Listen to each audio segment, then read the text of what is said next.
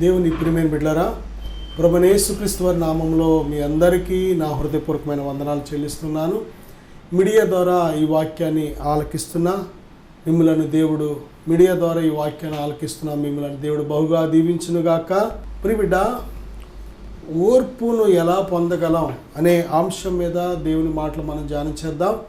దేవుని వాక్యం ధ్యానించే ముందుగా చిన్న ప్రార్థన కూడా చేసుకుని దేవుని సహాయం మనం కోరుకుందాం. పరిశుద్ధుడా, ప్రేమగల తండ్రి, ఘనమైన దేవా, మాతో మాట్లాడండి నాయన. వినే చెవి, గ్రహించే హృదయం దయచేయండి ప్రభువా. యేసుక్రీస్తు అనే మీ నామంలో నాయన ఇప్పుడే ప్రార్థిస్తున్నాం.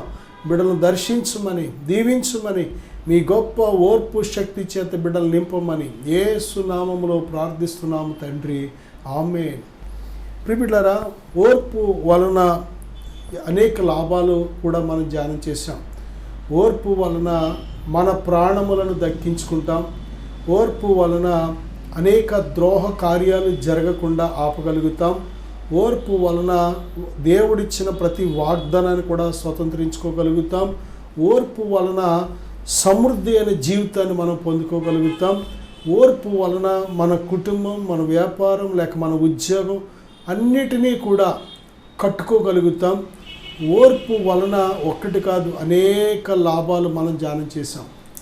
ఈ భాగంలో ఓర్పును ఎలా పొందగలం అనే మాటలు మనం ధ్యానం చేయబోతున్నాం. మొదటిగా మనం చూసినట్లయితే హెబ్రీ పత్రిక 12వ అధ్యాయం 3వ వచనంలో ప్రభువైన యేసుక్రీస్తు వారిని మనం తలపోసుకోవాలి. ఓర్పుకు మాదిరి ఎవరంటే యేసయ్యే. ఈ లోకానికి ఓర్పు అంటే ఏంటి అని చూపించింది ఎవరంటే ప్రభువైన యేసుక్రీస్తు వారు. నిజమే, ఆయన మనలను ప్రేమించి మనము పొందవలసిన శిక్షను, మనము పొందవలసిన నొప్పిని, బాధను ఆయన మీద వేసుకొని యోహాను సువార్తలో 10వ అధ్యాయంలో తన ఇష్టపూర్వకంగా తన ప్రాణాన్ని పెట్టాడు. ఇష్టపూర్వకంగా ఎవడను తన ప్రాణాన్ని తీసుకోడు. ఎందుకంటే ప్రాణం పెట్టుటకు ఆయనకు అధికారం ఉంది, ప్రాణం తిరిగి తీసుకోవడానికి కూడా అధికారం ఉందని ప్రభు స్పష్టంగా చెప్తున్నారు. కాబట్టి దేవుని బిడ్డలారా, మనలను ప్రేమించి మనలను దేవుడు సిలువలో ఓర్చుకున్నాడు.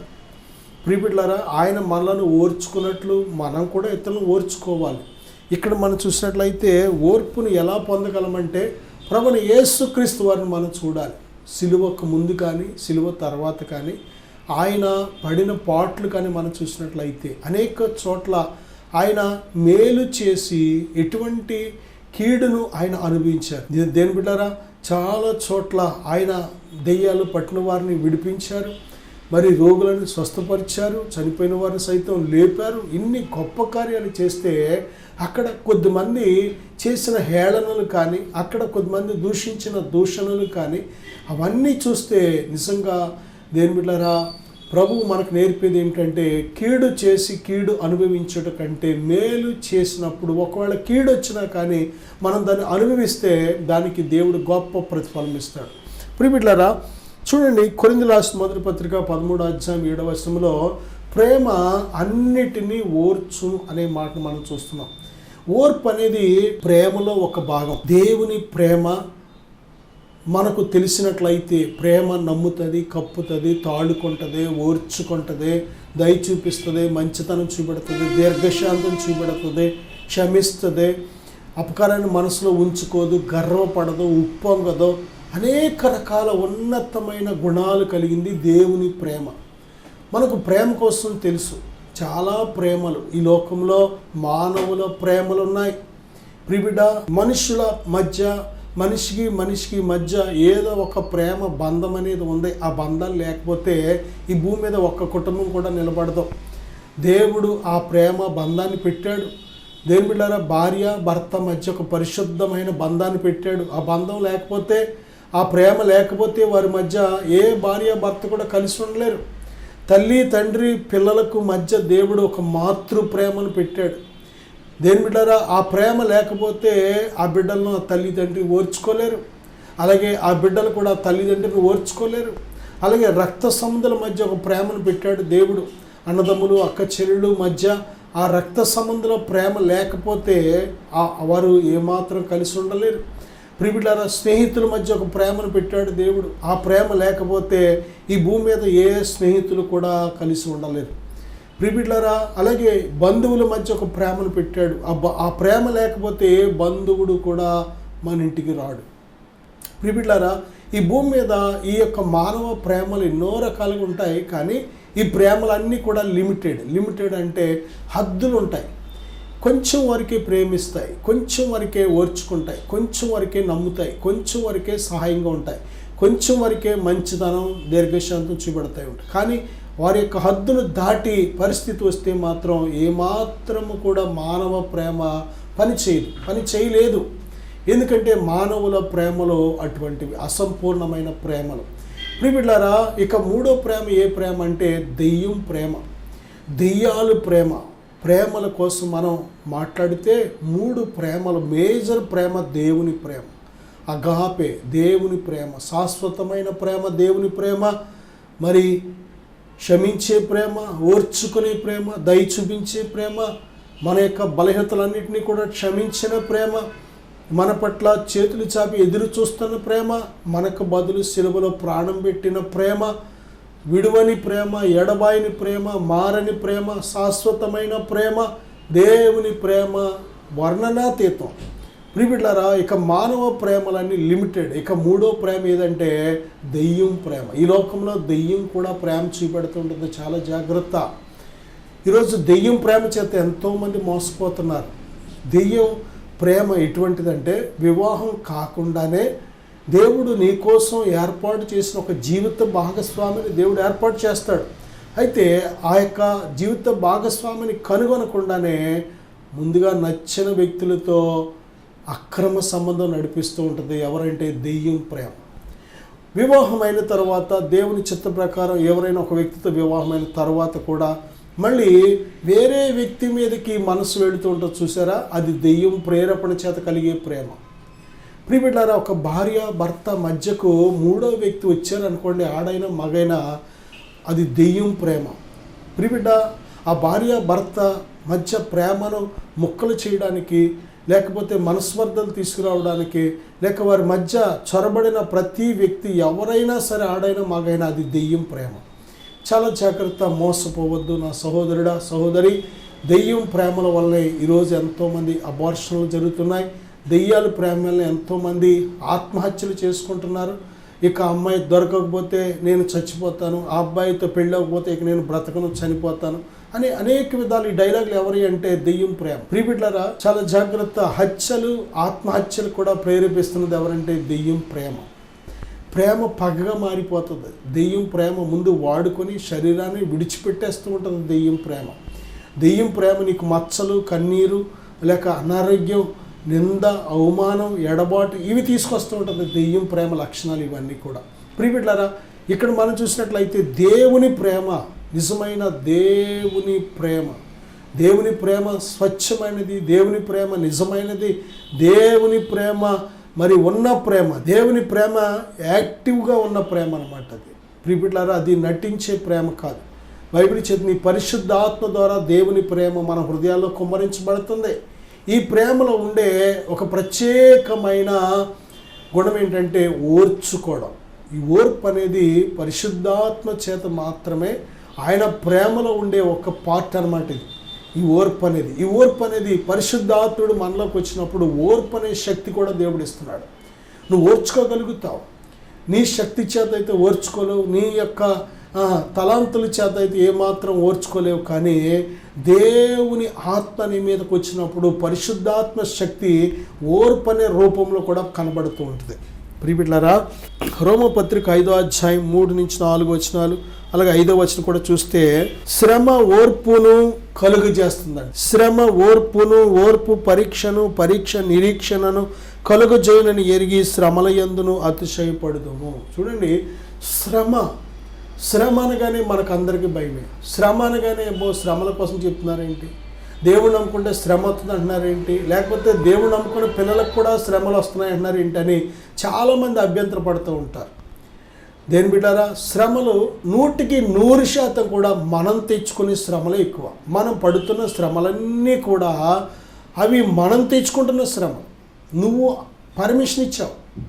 నీ శ్రమలకు కారణం నువ్వే. నీ యొక్క దురాశ కావచ్చు, నేత్రాశ కావచ్చు, శరీరిచ్చలు కావచ్చు, ధనాపేక్ష కావచ్చు, దేని బిడ్డలారా, ధనాపేక్ష కావచ్చు, లేకపోతే సాతానికి నువ్వు పర్మిషన్ ఇవ్వడం వల్ల సాతాను నీ లోపల భయంకరమైన పరిస్థితులు వాడు కలుగజేస్తూ ఉంటాడు. నిజమే, దేని బిడ్డలారా, ఇక్కడ మనం చూసినట్లయితే చాలా శ్రమలకు కారణం మనమే. దేవుడు అనుమతించే శ్రమ వెనకాల మేలు ఉంటుంది. దేవుడు ఎప్పుడు ఎక్కడ ఎవరి జీవితంలో శ్రమను అనుమతిస్తాడో అది వారికి మేలుకరంగానే ఉంటుంది. ఆ శ్రమ ద్వారా వారి ఆత్మీయ జీవితం డెవలప్ అవుతుంది, ఆశీర్వదించబడుతుంది, అభివృద్ధి చెందుతారు. ఆ శ్రమ ద్వారా దేవునికి దగ్గర అవుతారు. శ్రమ ద్వారా వారు ఆత్మీయ జీవితంలో ఎంతగానో బలపడతారు. శ్రమ ద్వారా వారిలో ఉండే బలహీనతలో మట్టి చెత్తంతా బయటికి పోతుంది. శ్రమ ద్వారా విధేయత నేర్చుకుంటారు. శ్రమ ద్వారా ప్రియబిడ్డలారా ప్రార్థన జీవితం, శ్రమ ద్వారా భక్తి జీవితం, శ్రమ ద్వారా దేవుని స్వరం వినడం, శ్రమ ద్వారా దేవుని చిత్తాన్ని గ్రహించడం, శ్రమ ద్వారా ఒక్కటి కాదు మేలులో ఆయనను ప్రేమించే వారికి మేలు కలుగుటకై సమస్తము సమకూర్చి దేవుడు జరిగిస్తున్నాడు. అయితే దేని బిడ్డలారా, ఈ శ్రమ చూసి మనం అభ్యంతరపడవలసిన పని. ఈ లోకమే శ్రమల లోకం. అందుకే మరి భక్తుడు ఏమంటాడంటే, నరులు శ్రమానుభవమునకే పుడుతున్నారంట. ఈ లోకంలో పుట్టిన దగ్గర నుంచి శ్రమలే. కడుపులో బిడ్డ పెరుగుతుండగానే శ్రమ. బయట నుంచి ఎన్నో రకాల మందులు ఇస్తేనే కానీ ఆ బిడ్డ పెరగట్లేదు. పుట్టిన దగ్గర నుంచి ఆ యొక్క ఇంజెక్షన్ బాధలో, మెడిసిన్ బాధలో, లేకపోతే ఆ యొక్క ఆసుపత్రిలో చేసే వైద్య బాధలో. దేని బిడ్డ ఒక్కటి కాదు, ఈ భూమి మీద మానవుడు బ్రతికినంత కాలం కూడా ఏదో ఒక రూపంలో ఏదో ఒక శ్రమ ఉంటూనే ఉంటుంది. ఎందుకంటే ఈ లోకమే శ్రమల లోకం. మానవుడు ఇక్కడ ఏమాత్రము కూడా క్షేమంగా బ్రతకడానికే అనుకూలమైన లోకం కాదు ఇది. ఎందుకంటే ఈ లోకమంతా కూడా దుష్టుని యందు ఉన్నదని స్పష్టంగా బైబిల్ చెప్తుంది. అందుకే ఆది నుంచి కూడా దేవుడు హెచ్చరిస్తున్నాడు. దేవుడు మనలంటూ చేశాడు, కానీ ఈ లోకంలో ఒక దుష్టాత్మ ఉన్నది కనుక ఇదిగో వాడి మాటను వినొద్దు, ఈ మంచి చెడ్డలు తెలుగునిచ్చే వృక్ష ఫలాలు తినవద్దు, తినుదినమున నిశ్చయంగా చస్తావు, నీకు నాకు ఇక సంబంధం ఉండదు అనే ఖచ్చితంగా దేవుడు ముందుగా చెప్పాడు. ఏదేని తోటలోంచి సంబంధం లేకుండా ఎందుకు గెంటి వేయవలసి వచ్చిందంటే, ఎప్పుడైతే ఆదాము ఆజ్ఞను అతిక్రమించాడో ఆజ్ఞ అతిక్రమే పాపంలో వచ్చి జీతం మరణం. తన ఆత్మ మనిషి అంటూ బ్రతుకున్నాడు, కానీ ఆత్మ చచ్చిపోయిందనమాట. ఈరోజు మనం కూడా దేని బిడ్డారా దేవునికి దూరంగా ఉండి ఆత్మ చచ్చని స్థితిలో ఉన్నవారు ఎంతోమంది. ఎపిఎస్సి పత్రిక 2:1 మన అపరాధముల చేత, మన పాపముల చేత మనం చచ్చిన వారిగా ఉన్నామని బైబిల్ స్పష్టంగా చెబుతుంది. కనుక ఏ స్థితిలో ఉన్నాం మనం? ఇక్కడ మనం చూస్తే ఓర్పు అనేది ఎలా కలుగుతుంది అంటే శ్రమ ద్వారా కలుగుతుంది. శ్రమకున్న గొప్ప శక్తి ఏమిటంటే శ్రమ ఓర్పును కలుగజేస్తూ ఉంటుంది. చాలామంది ఎవరికైతే శ్రమలు తక్కువ ఉంటాయో వాళ్ళ ఓర్పు తక్కువగా ఉంటూ ఉంటుంది. ఎవరైతే ఎక్కువ శ్రమల నుంచి వస్తూ ఉంటారో వారికి ఎక్కువ ఓర్పు ఉంటూ ఉంటుంది. చాలామంది పెద్ద వయసు వాళ్ళు చూడండి ప్రియబిడ్డలారా, వాళ్ళు చాలా ఓర్పుగా మాట్లాడుతూ ఉంటారు. వాళ్ళు పనులు కూడా చాలా ఓర్పుగా చేస్తూ ఉంటారు. వాళ్ళు ప్రతి విషయంలో కూడా ఓర్పుగా నిర్ణయాలు తీసుకుంటూ ఉంటారు, మంచి నిర్ణయాలు. ఎందుకంటే వారి ఎక్స్పీరియన్స్, వారి అనుభవం. వయసు చాలామందికి వయసు వచ్చేస్తుంది, కానీ సరైన శ్రమానుభవం లేక వారికి ఓర్పు ఉండదు. చాలా సుఖభోగాలతో దేని బిడ్డలు అన్నీ కూడా చిన్న వయసు నుంచి కూడా వారిని ఎప్పుడైతే గారభంగా సుఖభోగాలతో వారిని పెంచుతూ ఉంటామో ఆ వారు చివరికి ముసలైపోయినా కానీ వారికి ఏమాత్రం ఓర్పు ఉండదు. దేని బిడ్డారా, ఈరోజు ఆ యొక్క ఓర్పు లేకే మనకి టెన్షన్స్, డిప్రెషన్లోకి వెళ్ళిపోవడం. ఓర్పు లేకే దేని బిడ్డారా, మనం ఎదుర్కొనే ప్రతి పరిస్థితి వెనకాల దేవునికి ఒక ఉద్దేశం ఉంటుంది. ఆ ఉద్దేశం అర్థం ఓకే, ఇది ఎందుకు వచ్చింది, ఇలాగెందుకు జరిగింది, నాకు శ్రమ ఎందుకు వచ్చింది, నాకు ఈ బాధ ఎందుకు వచ్చింది, నా మీద ఎందుకు తిరుగుబాటు చేశారు, లేకపోతే ఇలా డబ్బు ఎందుకు నష్టపోయాం, ఇంక ఏ టెన్షన్ పెట్టుకుంటూ ఉంటాం. ఈ లోకానికి మనం వచ్చినప్పుడు ఏమీ తీసుకురాలేదు. ఈ లోకం విడిచిపెట్టినప్పుడు ఏమీ కొనిపోం. ఏదో ఒకరోజు ఈ లోకం విడిచిపెట్టేయాలి. ఈ లోకంలో యాత్రికులు పరదేశం. దేని గురించి టెన్షన్ నీకు? ఎవరు నీతో రారు, ఎవరి కోసం టెన్షన్ నీకు? దేని బిడ్డారా, బైబిల్ చెప్పింది మనం యాత్రికులం పరదేశులం. మన నిత్యత్వం అనేది దేవుని దగ్గర. ఆ నిత్య రాజ్యం అనేది మనం గడపవలసింది. దేని బిడ్డారా, కనుక ఆ నిత్య మహిమలో మనం చేరబోతున్నాం. మనం పొందబోతున్న ఆ మహిమ ఎదుట ఈ శ్రమలో ఎన్నదగినవి కావు. నిజంగా దేవుడు మన కోసం దాచించిన ఉన్నతమైన మహోన్నతమైన ఆ మహిమ కలిగిన జీవితం ముందు ఈ శ్రమలు అస్సలు ఎన్నదగినవి కాదు. అసలు ఆ యొక్క రాజ్యానికి మనం చేరాలి అంటే అసలు ఎంత వెలైనా మనం చెల్లించవలసిందే. ప్రియబిడ్డలారా, శ్రమ వచ్చినంత మాత్రం నువ్వు పాపివి కాదు. శ్రమ వచ్చినంత మాత్రం నువ్వు చెడిపోయినట్టు కాదు. శ్రమ వచ్చినంత మాత్రం నువ్వు ఏదో తప్పు చేసావని కాదు. శ్రమలు వస్తాయి. ప్రభు చెప్తున్నారు యోహాను సువార్త 16:33లో, లోకములో మీకు శ్రమ కలుగును, అయినను ధైర్యం తెచ్చుకోండి. ఈ శ్రమ ద్వారా దేవుడు మనలో ఒక మంచి ఉన్నతమైన పదార్థాన్ని ఉత్పత్తి చేస్తున్నాడు. అదేంటంటే ఓర్పు. ఓర్పు లేకే జీవితాలు నశించిపోతున్నాయి. ఓర్పు లేకే బిడ్డలు వారి యవ్వన జీవితంలో వారి ప్రాణాలు పోగొట్టుకుంటున్నారు. యవ్వన జీవితంలో వారి జీవితాలను నాశనం చేసుకుంటున్నారు. ఓర్పు లేకే మంచి మంచి ఉద్యోగాలు పోగొట్టుకుంటున్నారు. ఓర్పు లేకే మంచి వ్యాపారాలు నాశనం చేసుకుంటున్నారు. ఓర్పు లేకే కాపురాలు మొక్కలైపోతున్నాయి. ఓర్పు లేకే డైవర్స్కి వెళ్ళిపోతున్నారు. ఓర్పు లేకే ప్రాణాలు తీసేసుకుంటున్నారు. సూసైడ్లు కమిట్ అయిపోతున్నారు. ఓర్పు లేకే హత్యలకు గురైపోతున్నారు. హత్యలు చేయడానికి కూడా వెనుకాడట్లేదు. ఓర్పు లేకే సంబంధాలు తెగిపోతున్నాయి. ఓర్పు లేకే భార్యాభర్త సంబంధాలు తెగిపోతున్నాయి. రక్త సంబంధాలు తెగిపోతున్నాయి. బంధుత్వాలు తెగిపోతున్నాయి. ఓర్పు లేకే ఏది కూడా కొనసాగట్లేదు. ప్రియబిడ్డలారా, ఓర్పు మనకు చాలా అవసరం. ఓర్పు లేకపోతే మన ఒంటికి కూడా అన్నీ దెబ్బలే. తొందరపడి నడిచేస్తూ ఉంటాం, అన్నిటిని గుద్దేస్తూ ఉంటాం, లేనిపోయిన దెబ్బలు తెచ్చేసుకుంటూ ఉంటాం. ఓర్పుగా మనం ప్రవర్తించినప్పుడు, ఓర్పుగా జీవించినప్పుడు, ఓర్పుతో మాట్లాడినప్పుడు, ఓర్పుతో నడుచుకున్నప్పుడు అన్ని విధాలా నువ్వు దీవించబడతావు. దేని బిడ్డలారా, చూడండి, ఓర్పుని ఎలా పొందగలం అంటే రోమపత్రిక 15:6 ఓర్పునకును ఆదరణకును కర్తయగు దేవుడు మీకు అనుగ్రహించునుగాకనే మాటను మనం చూస్తున్నాం. ఓర్పుకు కర్త అయిన, ఆదరణకర్త, సృష్టికర్త, విశ్వాసానికి కర్త, అనేక రకాలకు కర్తగా ఉన్న దేవుడు ఓర్పుకు కూడా కర్తగా ఉన్నాడు. ఆయన ఓర్పుకు కర్త.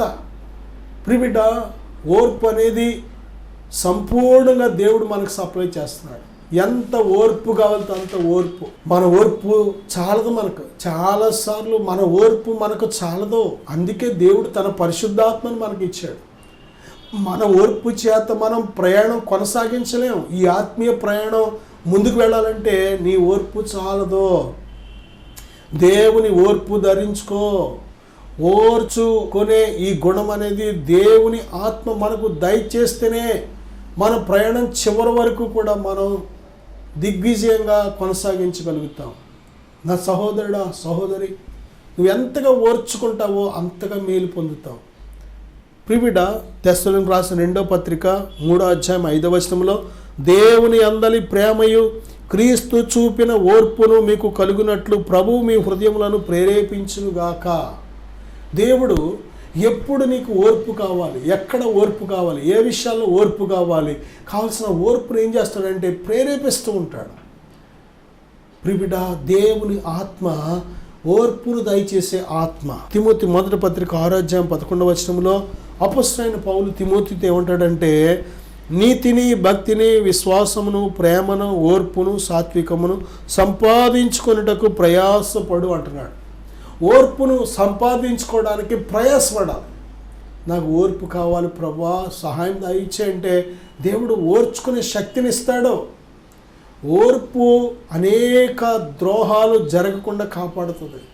అనేక నష్టాలు కలగకుండా కాపాడుతుంది నిన్ను.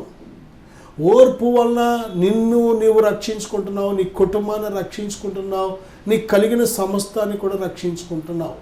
నా సహోదరుడా, విశ్వాసాన్ని, భక్తిని, ప్రేమను, నీతిని ఎలాగైతే సంపాదించుకోవడానికి మనం ప్రయాసపడుతున్నామో ఓర్పును కూడా సంపాదించుకోవడానికి మనం ప్రయాసపడాలి. యాకోబు పత్రిక 1:2 మీ విశ్వాసమునకు కలుగు పరీక్ష ఓర్పును పుట్టించునని ఎరిగి. విశ్వాసానికి తప్పనిసరిగా పరీక్షలు ఎదురవుతాయి. దేని బిడ్డారా, విశ్వాసము తప్పనిసరిగా పరీక్షలను ఆకర్షిస్తూ ఉంటుంది.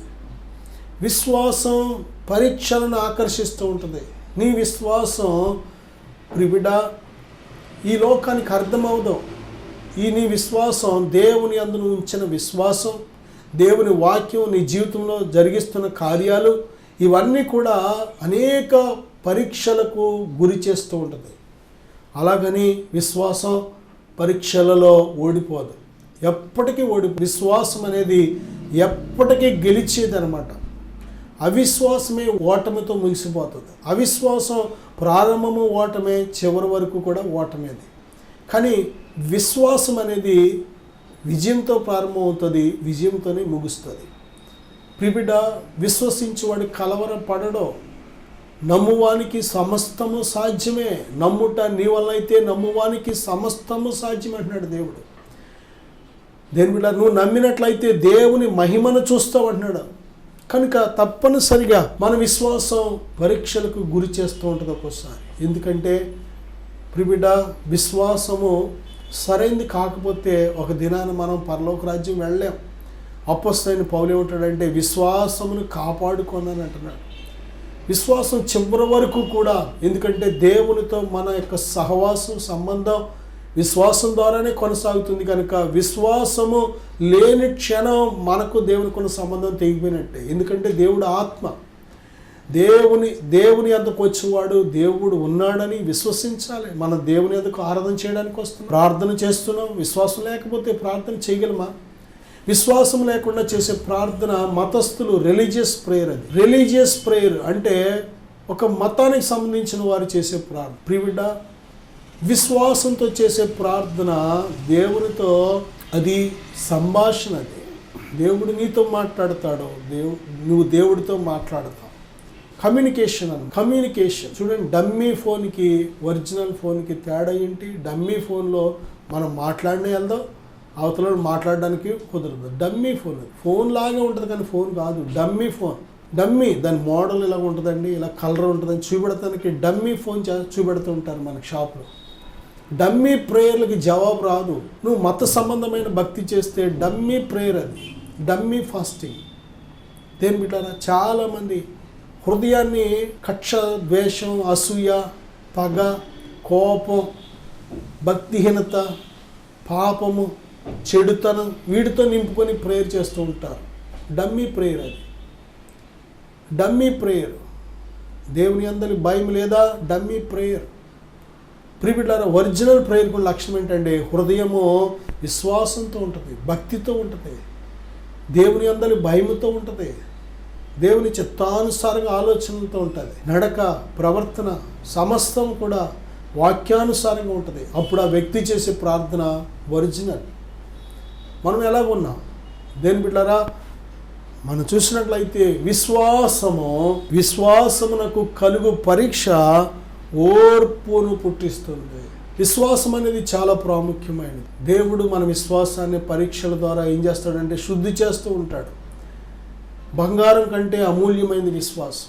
బంగారాన్నే తప్పనిసరిగా కొలిమిలోంచి అది వస్తుంది. అగ్ని కొలిమి అందులో వేసి కాల్చి నీరు కింద చేసి అందులో ఉన్న చెత్తంతా కూడా తీస్తేనే కానీ ఒరిజినల్ బంగారం రాదు.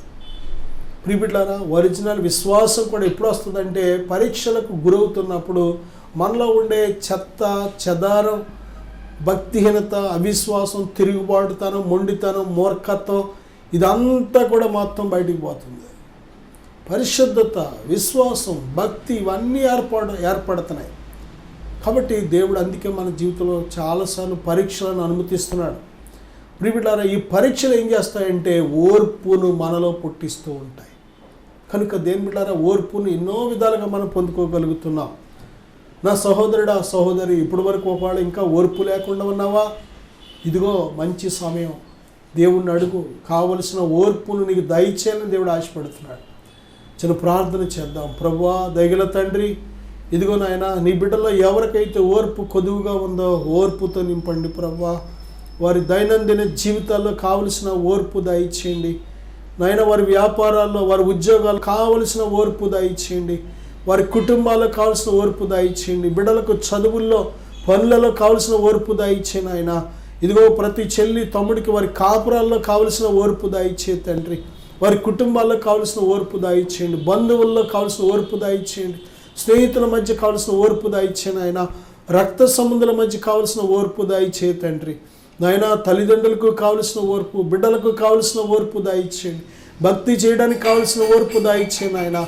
ఇదిగో మీ వాక్యం ధ్యానించడానికి, ప్రార్థన చేయడానికి కావలసిన ఓర్పు దయచేయండి. మీకోసం నాయన కడ వరకు నమ్మకస్తులుగా బ్రతకడానికి కావలసిన ఓర్పు నీ బిడ్డలకు కలుగునుగాకని ప్రార్థిస్తున్నాను. పరిశుద్ధాత్మదేవా, మీ ఓర్పు నీ బిడ్డల హృదయాల్లో కుమ్మరించబడునుగాకని ప్రార్థిస్తున్నాను. నాయన ఓర్పు చేత గొప్ప మేలులు దాచి ఉంచావు తండ్రి. ఆ మేలులన్నీ కూడా నీ బిడ్డలు అనుభవించడం సహాయం దయచేయమని, ఓర్పుకు కర్తమైన ప్రభువా ఇదిగో నాయన మీ హస్తాలకు అప్పగిస్తున్నాం బిడ్డలు. నాయన మీ ఓర్పుతో నింపి బలపరిచి వాడుకొనమని, దీవించమని యేసుక్రీస్తు నామములో ప్రార్థిస్తున్నాను తండ్రి. ఆమేన్. ఆమేన్. God bless you.